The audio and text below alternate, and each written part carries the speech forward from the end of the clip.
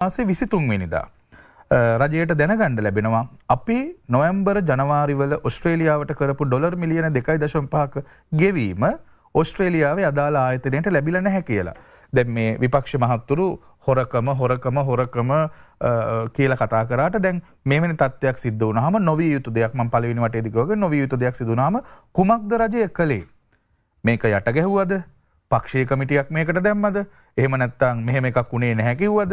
හොර රහසේ අර ලෝකේ දීර්ඝතම විවාහ මංගල්‍යයකට සහභාගී වෙලා ඉන්නවනේ එක්කෙනෙක් සිංගප්පූරුවට පැනලා. ඒ වගේ මේකට සම්බන්ධය මම කරාද? ඒ කිසිවක් නැහැ. මේ සම්බන්ධයෙන් රජයක් විදිහට වගකිව යුතු රජයක් ලෙස කරන්න ඕන ක්‍රියාමාර්ගය දින පහුවදාම 3 වෙනි මාසේ 24 වෙනිදාම විදේශ සම්පත් දෙපාර්තමේන්තුවේ ප්‍රධානියා එහෙම නැත්නම් අධ්‍යක්ෂක ජෙනරාල්වරයා තමයි මේ පිළිබඳව CID එකටත් පරිගණක හදිස්සි ප්‍රතිචාර ඒකකයටත් පැමිණිලි කරේ. දැන් පහුගිය දවස්වල අපි දැක්ක සමාජ මාධ්‍ය තුල ඊටාම වැරදි තොරතුරු හුවමාරු කරනවා. අර මියගිය නිලධාරියා රංග මහත්මයා තමයි මේ පිළිබඳව පැමිණිල්ල කළේ කියලා. වැරදි, බොරු, අසත්‍ය, පච, ටොම්පච, බින්න ගජ බින්න මේවා. කරුණා කරලා මේ මියගිය නිලධාරියාට අගෞරව කරන්න එපා. අද පාර්ලිමේන්තුවේදී චතුර මේ ගැන සාකච්ඡා වුණා. නලින් ජයතිස්ස මහත්මයා කතාවේදී කිව්වා අපේ නියෝජ්‍ය අමාත්‍ය සුනිල් වටගල සහෝදරයාගේ ප්‍රකාශයක් කියලා දාලා අර මියගිය නිලධාරියාගේට සම්බන්ධ විමර්ශනයක් කරනවා කියලා පෝස්ට් එකක් ෂෙයා වෙලා තිබුණා. ඒ සම්බන්ධයෙන් නීත්‍ය අනුකූල ක්‍රියාමාර්ග ගන්න කවුද මේක හැදුවේ කවුද මේක ෂෙයා කළේ කියන එක මොකද ඒ මියගිය කෙනාට අවශ්‍ය කරන ගෞරවය ලබා දිය යුතුයි. මොකද තවම විමර්ශන අවසන් වෙලා නැහැ. ඉතින්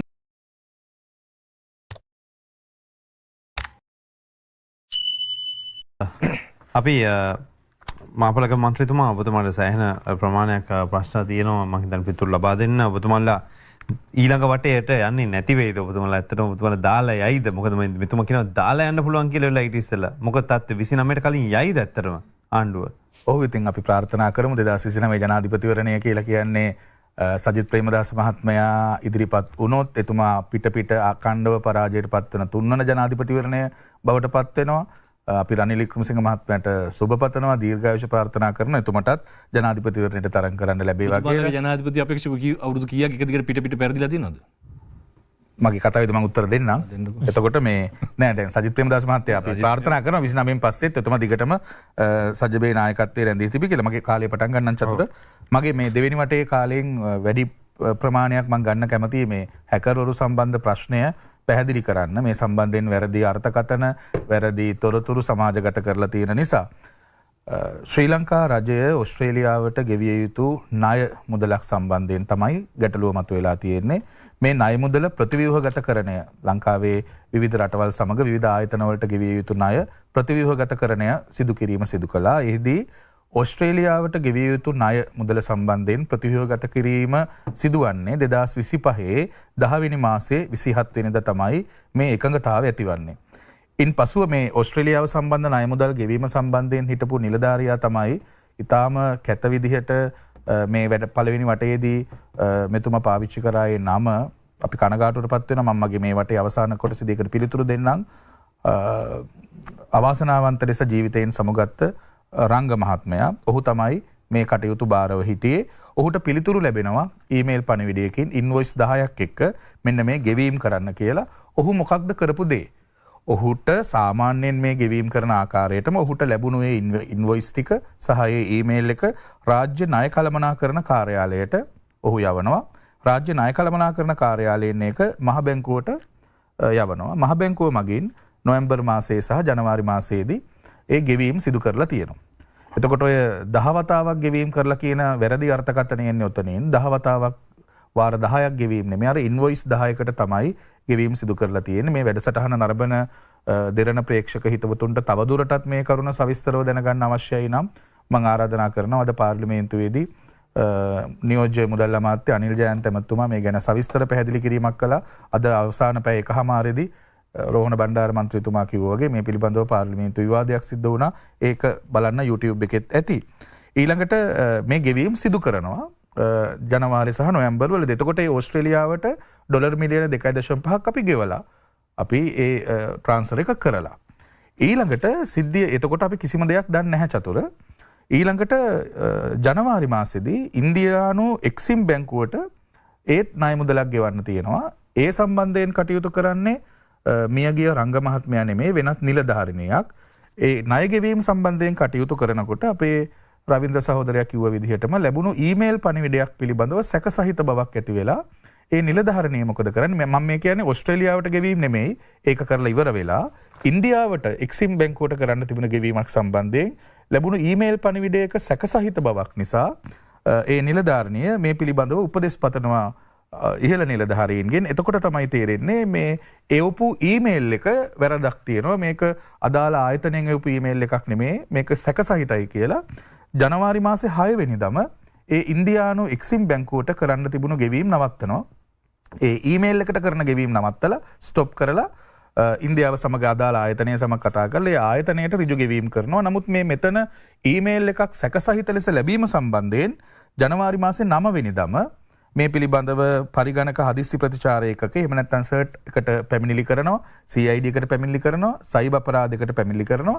එතනදී තමයි තීරණය වෙන්නේ මෙහෙම ඊමේල් එකක් ආව නම් ඉන්දියානු එක්සිම් බැංකුවත් එක්ක කරන ගනුදෙනුවකදී ඒ ආයතනයේ විදිහට ඒ ලෙසට ඊමේල් එකක් එවලා තියෙනවා නම් මීට පෙර මේ වගේ දේවල් වෙන්න බැරිද කියන එක සම්බන්ධයෙන් විමර්ශනයක් කරන්න කියන එක ඔන්න ඔතනදී තමයි මතුවෙන්නේ ඊට පෙර මාසෙදී. ඒ කියන්නේ නොවැම්බර් දෙසැම්බර් මාසවලදී ගෙවීම් කරපු ඕස්ට්‍රේලියාවට කරපු ගෙවීම් පිළිබඳවත් විමර්ශනය ආරම්භ වෙන්නේ.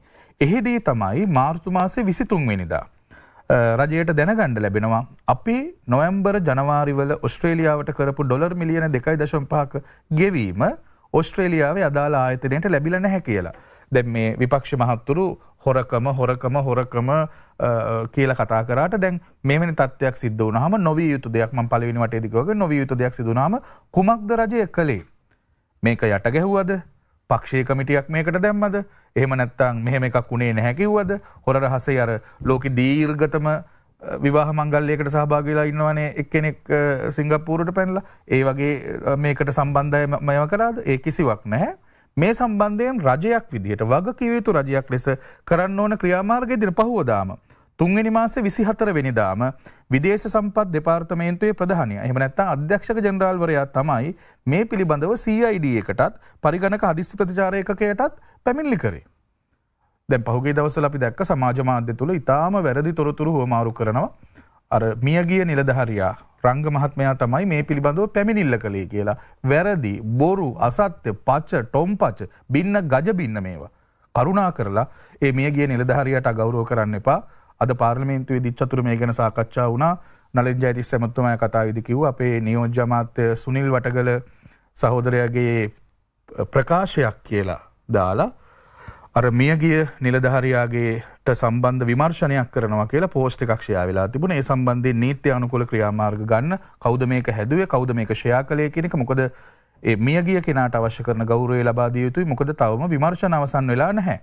ඉතින් CID එකට පැමිණිල්ලක් කරනවා මාර්තු මාසේ 24 වෙනිදාම. ඒ විතරක් නෙමෙයි මේ පිළිබඳව මුදල් අමාත්‍යාංශය විසින් තාක්ෂණික විමර්ශන කමිටුවක් පත් කරනවා.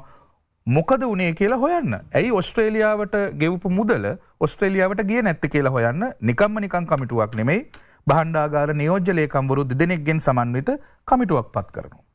ඒ මාර්තු 24 ඒ කමිටු වාර්තාව ලැබෙන්නේ අප්‍රේල් මාසේ 10 වෙනිදා. අප්‍රේල් මාසේ 10 වෙනිදා ඒ කමිටු වාර්තාව ලැබෙන්නේ. දැන් විපක්ෂය සහ සමහර අය එළිය මතු කරන තර්කයක් තමයි අදත් පාර්ලිමේන්තුවේ දැහුවා. ඇයි මේක පාර්ලිමේන්තුවට කිව්වේ නැත්තේ කියලා. පාර්ලිමේන්තුව තිබුණේ අප්‍රේල් මාසේ පළවෙනි සතියේ. රිපෝට් එක එන්නේ අප්‍රේල් මාසේ 10 වෙනිදා. එතකොට නිසි අවසන් කරපු රිපෝට් එකක් නැතුව මේ පිළිබඳව පාර්ලිමේන්තුවට දැනුවත් කිරීමේ හැකියාවක් නැහැ. විශේෂයෙන්ම සුන්බුන් විපක්ෂයක් ඉන්නකොට. අප්‍රේල් 10 වෙනිදා ලැබෙනවා ඒ වාර්තාව. ඒ වාර්තාවේ නිර්දේශ කිහිපයක් ඉදිරිපත් කළා මේ මුදල් අමාත්‍යාංශය විසින් පත් කරපු තාක්ෂණික කමිටුව. ඒ නිර්දේශ වලින් එකක් ලෙස තමයි නිලධාරීන් 4 දෙනෙක්ව ස්ථාන මාරු කරන්නේ. මියගිය රංග මහත්මයාත් එක්ක තවත් නිලධාරීන් 3 දෙනෙක්ව ස්ථාන මාරු කරන්නේ. තවදුරටත් විමර්ශනය කරගෙන යනකොට තමයි 4 වෙනි මාසේ 17 වෙනිදා ඔවුන්ගේ වැඩ තහනම් කරන්නේ. 4 වෙනි මාසේ 17. අප්‍රේල් 17. ඒ වෙනකනුත් විපක්ෂයේ කවුරුවත් මේ කිසිම දෙයක් දන්නේ නැහැ. මොකද අපට අවශ්‍යතාව තිබුණා නිවැරදි විදිහට මේ අපරාධයට සම්බන්ධ. ඇත්තටම චතුර දැන් මෙහෙම එකක් වුණාම අපට හිතන්න පුළුවන් පැති කිහිපයක්නේ. එක්කෝ බාහිර අපි නොදන්න පාර්ශවයක් විසින් මහ බැංකුව එහෙම නැත්නම් භාණ්ඩාගාරයේ සිස්ටම් එක හැක් කරලා ඒ මුදල් පැහැර ගැනීමක් සිද්ධ වෙන්න ඕනේ.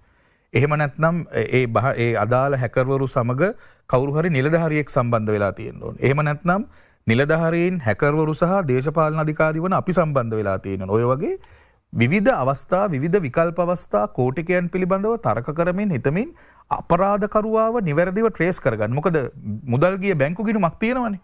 මුදල් ගිය බැංකු ගිණුමක් තියෙනවා. ට්‍රාන්ස්ෆර් වෙච්ච ගිණුමක් තියෙනවා. නිවැරදිව ට්‍රේස් කරගන්න ඔහුව ට්‍රැක් කරගන්න තමයි පරීක්ෂණ මෙහෙයවමින් ගියේ. විපක්ෂය මේක දැනගන්නේ අප්‍රේල් මාසේ 22 වෙනිදා. ඒ වෙනකොට පරීක්ෂණ ගණනාවක් තොරතුරු ගොඩක් අවසන් වෙලා තිබුණේ. එතකොට ඒ අතර තමයි දැනගන්න ලැබෙන්නේ මේ සම්බන්ධයෙන් අපි අධිකරණයට ෆැක්ට් රිපෝට් එකක් දීලා තියෙනවා, කරුණු ඉදිරිපත් කරලා තියෙනවා. රජයේ විදිහට ගන්න තියෙන නිවැරදි ක්‍රියාමාර්ග පියවරෙන් පියවර අරගෙන තියෙනවා. දැන් අද ඔතමාලා මූලික වශයෙන් ගත්තම දැන් ඔය ගිවිසුමක් වුණාම ගිවිසුමක් අත්සන් කරනකොට සාමාන්‍ය කවුන්ට් ඩීටේල්ස් ඉඳලා මාරු වෙනවා නම් ආපහු ගිවිසුමට ඇමෙන්ඩ්මන්ට් එකක් විදිහට අපි එවනවනේ. ඒතකොට දැන් ඕවා මුකුත් වෙලා නැද්ද එතකොට? ඒ සම්බන්ධයෙන් මූලික බලනකොට මොකද්ද තේරුනේ එතකොට? මේ පිළිබඳව විමර්ශනයක් යන නිසා මම මෙන්න මෙහෙම තොරතුරු කීපයක් විතරක් කියන්නම් චතුර. ඒ කියන්නේ දැනට විමර්ශනයේදී හෙළි වෙලා තියෙනවා ඕස්ට්‍රේලියාවත් එක්ක ඇතිවෙච්ච ගිවිසුමේදී මූලික ගිවිසුමේ ගිණුම් අංකයක් තියෙනවානේ. මෙන්න මේ ගිණුම් අංකයට තමයි මුදල් ලැබෙන්න ඕනේ කියලා. එතකොට ඒ ගිණුම් අංකය නොවන වෙනත් ගිණුම් අංකයකට මුදල් දෙන්න නම් ඒ ගිවිසුමේම තියෙන්න ඕන තව කොටසක්. මොකද්ද වෙන්න ඕනේ? මොකද්ද ප්‍රොසීඩියර් එක? ඒක තමයි සාමාන්‍යයෙන් හැටි ක්‍රමවේදය. මේ ගිණුම මුදල් බැර කරලා තියෙන්නේ ඇග්‍රීමන්ට් එකේ තිබුණු ගිණුමට නෙමෙයි. කියන්නේ මූලික අපි ණය ලබා ගන්නකොට ණය ගෙවන ආකාරය සම්බන්ධයෙන් ලබා දෙන ගිණුම් අංකයක් තියෙනවා. ඒ ගිණුම් අංකයට නෙමෙයි මහ බැංකුව විසින් මුදල් බැර කරලා තියෙන්නේ. මීට පෙර එක ගෙවීමක්වත් කරලා නැහැ. ඔය සම්බන්ධව අදාළ ඔය ගිණුම් අංකයට අදාළව ගෙවීමක් කළා නැහැ. කියන්නේ ඇග්‍රීමන්ට් එකේ තියෙන එකට ගෙවලත් නැහැ ඔය ඉස්සෙල්ලා. නෑ ඊට පෙර ගෙවීම් ඒ අංකයට කරලා තියෙනවද කියලා මම දන්නේ නැහැ. මගේ නොදැනුවත් භාවය. ඔය ඇග්‍රීමන්ට් එකේ තිබුණු අහන්න බලන්න. අපරකින ඇග්‍රීමන්ට් එකේ තිබුණු ගිණුම් අංකයට නෙමෙයි ගෙවීම කරලා තියෙන සමන්රත්න පිළිබඳ. ඔව්. ඒ ඇග්‍රීමන්ට් එකේ තිබුණු නම්බර එකට නෙමෙයි අත්‍තරම ගෙවලා තියෙන්නේ. ඒක හරි. එතකොට මහ බැංකුව එක ගෙවන්නේ මුදල් අමාත්‍යාංශයෙන් දීපු ලිපි ගොනුවට අනුව. මහ බැංකුව එක අවස්ථාවක ප්‍රශ්න කරනවා මේක ගැන සැකයක් තියෙන මේක නැවත හොයලා බලන්න කියලා. එසේ සොයා බැලීමක් කරනවාද නිලධාරි 13ක් හෝ 16ක් විශාල ප්‍රමාණයක් මේ ලිපිගොනු අත්සන් කරලා තියෙද්දි මුදල් අමාත්‍යාංශ ලේකම්වරයා ඇතුළුව එතකොට නැවත ගිවිසුමේ නැති අංකයකට ගිණුම් අංකයකට මුදල් ගෙවන්න කියන තහවුරුව මුදල් අමාත්‍යාංශය තමයි මහ බැංකුවට කරන්නේ. ඉතින් ඇයි එහෙම කරන්නේ? ප්‍රශ්නේ හරිද ඒකද? එතකොට ඒ සම්බන්ධයෙන් තමයි සපන් රත්නප්‍රිය මහත්මයා ප්‍රශ්නයක් තියෙන්නේ. ඒ හින්දා තමයි මේක වහන් කරන්නේ නැතුව විමර්ශනය කරන්නේ කොහොමද ඒ ගෙවීම සිදු කළේ? මොකද මේ රජයේ අපේ රටේ පොදු ජනතාව ගෙවපු බදු මුදල්. රටේ ජනතාවගේ මුදල්. එතකොට මේ මුදල් ජාතික ජන බලවේග රජයක් යටතේ හැකරෙකුට හරි මොකරෙකුට හරි පිඹුරෙකුට හරි එහෙම අයථා ලෙස ගන්න ඉඩ දෙන්න විදිහක් නෑ. ඒ සම්බන්ධයෙන් තමයි සමරත්නප්‍රිය මහත්මයා කිව්වා වගේම පොඩි ගාණක් නෙමෙයිනේ චතුර. අපි හැමෝම දන්නවා අපි එළියේ කතා බහ කරනකොට කරන්නේ ෆෝන් එකෙන් මුදලක් ට්‍රාන්ස්ෆර් කරත් අපි දෙපාරක් account number එක check කරලා බලනවා. එතකොට ආයතනවල ඉන්නවා එක් මුදල් සම්බන්ධයෙන් වග කියන දලන නිලධාරීන්. ඒ සම්බන්ධයෙන් විවෘත පරීක්ෂණයක් සිදු කරනවා. පරීක්ෂණ ඉදිරියට යනවා. අපි කරුණ නොදන්න නිසායි පරීක්ෂණය කරන්නේ. සමන් රත්නප්‍රිය මහත්මයා තොරතුරු දන්නවා නම් මුදල් අමාත්‍යාංශය විසින් තමයි මේක සිදු කළේ කියලා ඒ සම්බන්ධයෙන් එතුමට පුළුවන් තොරතුරු ලබා දෙන්න. රජයේ විදිහට අපේ පැත්තෙන් අපි කරුණු දන්නේ නැති නිසා කරුණු සොයන්න අදාළ ආයතනවලට ඒ වගේම ඕස්ට්‍රේලියාවත් සමග සම්බන්ධ වෙලා එහි තියෙන විමර්ශන ආයතන සමග සම්බන්ධ වෙලා පරීක්ෂණ කරගෙන යනවා. අපි නොදුරු අනාගතයේදීම විමර්ශනීය දැසකින් බලාපොරොත්තු වෙන්න ඉන්නවා. මේ පිළිබඳව තොරතුරු ඇත්ත තොරතුරු රට හමුවේ කියන්න කවුද මේ හැකරලා කවුද මේ හැකරලත් එක්ක සම්බන්ධ වෙලා මේ වැඩ කළේ? ඒක රජයේ සම්බන්ධයිද? රජයේ නිලධාරීන් සම්බන්ධයිද? දේශපාලඥයන් සම්බන්ධයිද කියලා මේ රටේ ජනතාවට බලන්න පුළුවන් වේවි. මට විනාඩියක් දෙන්න චතුර මේ මහතුරු දෙන්න කියපු ප්‍රශ්නවලට පිළිතුරු නොදුන්නොත් මට ඊළඟ අවස්ථාව නොලැබෙන නිසා සමන් රත්නප්‍රිය මහත්මයා තමන්ගේ පළවෙනි වටේදී ඊටාම අසත්‍ය කරුණක් කිව්ව. එක පැත්තකින් අසත්‍ය කරුණකුත් නෙමෙයි. ඒ තමයි අර මියගිය අවාසනාවන්ත ලෙස මියගිය රංග රාජපක්ෂ මහත්මයා සම්බන්ධයෙන් අපි ඊටාම කරුණාවෙන් මේ මහතුරුන්ගෙන් ඉල්ලා සිටිනවා. එතුමා මිය ගියා. නමුත් එතුමාගේ බිරිඳ දරු දෙදෙනා සහ ඥාතීන් ඉන්නවා. කරුණා කරලා මියගිය කෙනෙක්ගේ සිද්ධියක් අල්ලගෙන දේශපාලනය කරන්න එපා. එතුමා කිව්වා මියගිය ඒ රංගරාජපක්ෂ මහත්මයා අපේ කෙනෙක් නැත්තම් ආණ්ඩුවට සම්බන්ධ කෙනෙක් නැත්තම් අපේ පක්ෂයට සම්බන්ධ කෙනෙක් කියලා. ඔබතුමාගේ පළවෙනි වටේදී කිව්වා පක්ෂයට සම්බන්ධ කෙනෙක් කියලා. ඔව් වෙන්න පුළුවනි. මොකද ඔබතුමාගේ පක්ෂයට සම්බන්ධ අය ලංකාවේ දැන් හොයාගන්න බැහැනේ. නේද? UMP කාර්යෝ ගම්වල නැහැනේ. එතකොට ලංකාවේ ගමක නියදියක් ගත්තාම වැඩි පිරිසක් ඉන්නේ ජාතික ජනබලවේගයට සම්බන්ධයි. නමුත් මම කාරුණිකව ඉල්ලා සිටිනවා මං හිතන්නේ ඒ අද හෝ හෙට ඒ දාන මේ පින්කම තියෙනවා. නොවිය යුතු දෙයක්. ඒ වගේම එතුමා ඊටාම මේ නරක කතාවක් කිව්ව මේ දිවිනසා ගැනීමේදී මේ මෙහෙම තත්ත්වයක් ඇති වෙන්නේ කොහොමද? මෙහෙම කරපු පළවෙනි කෙනා වගේ කතාවක්. ඒ වගේම JMO රිපෝට් එක ගැන දිවිනසා ගැනීම කියලා කියන්නේ මම දන්නේ නැහැ එතුමාට තේරෙනවද කියලා මනෝවිද්‍යාත්මකව ඊටාම ගැඹුරු සංකල්පයක්. ඒ වගේ තත්ත්වයකටපත් වුණාම කෙනෙක් කරන ක්‍රියාමාර්ග පිළිබඳව අපට හිතා ගන්න අමාරුයි. ඔය ප්‍රශ්න නිසා තමයි දැන් මෙතුමා මතු කරේ මේ JMO රිපෝට් එක සම්බන්ධයෙන් එතුමාගේ මගේ කාලෙන් තප්පර 10ක් දෙන්න. එතුමා මේ පළවෙනි වටේදී කිව්වා මේ සඳහා විවිධ අය පත් කළා කියලා. මේ කවුද ඒ පත් කරපු විවිධ අය කියලා සමන් රත්නප්‍රිය මහත්තයාට කියන්න පුළුවන්ද?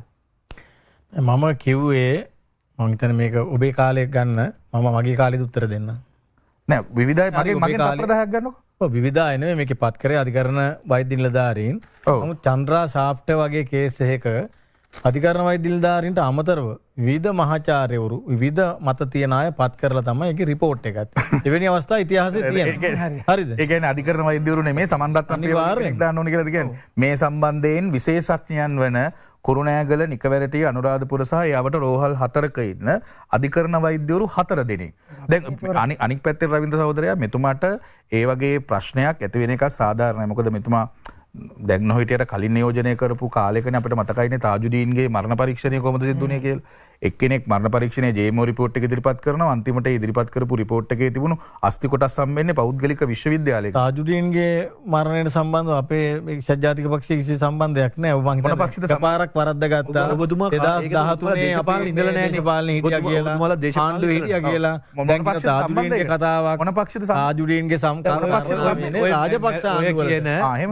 ජාතික පක්ෂයේ රාජපක්ෂලා හිටියේ නෑනේ. මෙතුමාලා දේශපාලනේ දන්නේ ඒ සම්පක්ෂය හිටියද කියලා දන්නේ නැහැ. සාධාරණයි. එතකොට ඒ වගේම ඔබතුමා තව කතාවක් පළවෙනි වටේදී කිව්වා මේ මුදල් අමාත්‍යාංශ ලේකම්වරයා දිත්තපුර වැසියෙක් කියලා අංකෙකුත් කිව්වා. ඔව් ඒක මම කිව්වේ එහෙම වාර්තාවක් ඉදිරිපත් වෙලා තියෙන ඒක ඇත්තද නැත්තද කියලා ඔබට කියන්න කියලා. ඉතින් ඔබතුමාට ඔබ කියන්න. ඔබ කිව්වා රංගරාජපක්ෂ ජනතා විමුක්තියට සම්බන්ධ නෑ වගේ කතාවකුත් කිව්වා. හරියට කියන්න නැත්තම් නෑ කියලා කියන්නේ වුණා ඔව් කියලා කියන්නේ. හර්ෂණ සූරියප්පෙරුම මුදල් අපි ඔබෙන් තමයි ප්‍රශ්නේ අමාත්‍යංශ ඕස්ට්‍රේලියාවේ ජීවත් වෙච්ච කෙනෙක්. නමුත් ඔහු පාර්ලිමේන්තුව නියෝජනය කරපු മന്ത്രിවරයෙක්, ඒ විතරක් නෙමෙයි නියෝජ්‍ය ඇමතිවරයෙක්. එතුමා ඕස්ට්‍රේලියාවේ පුරවැසිකමක් සම්පූර්ණයෙන් ඇත්තේ නැහැ. මේ බොරු කියන්නේ කොහේ හරි තිබිච්ච එකක් Facebook එකේ දැක්ක එකක් අරගෙන ඇවිල්ලා මේ වගේ ටීවී වැඩසටහන් වල කියනවා.